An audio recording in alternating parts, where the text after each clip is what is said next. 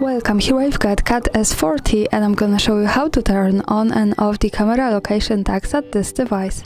So let's start by tapping on the camera button to open it, and for now we are on standard photo mode. From here let's go to the right corner button so we can open the advanced camera settings.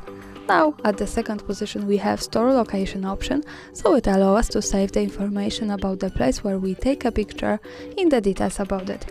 When we tap on it, we can decide to turn it off or turn it on as we need.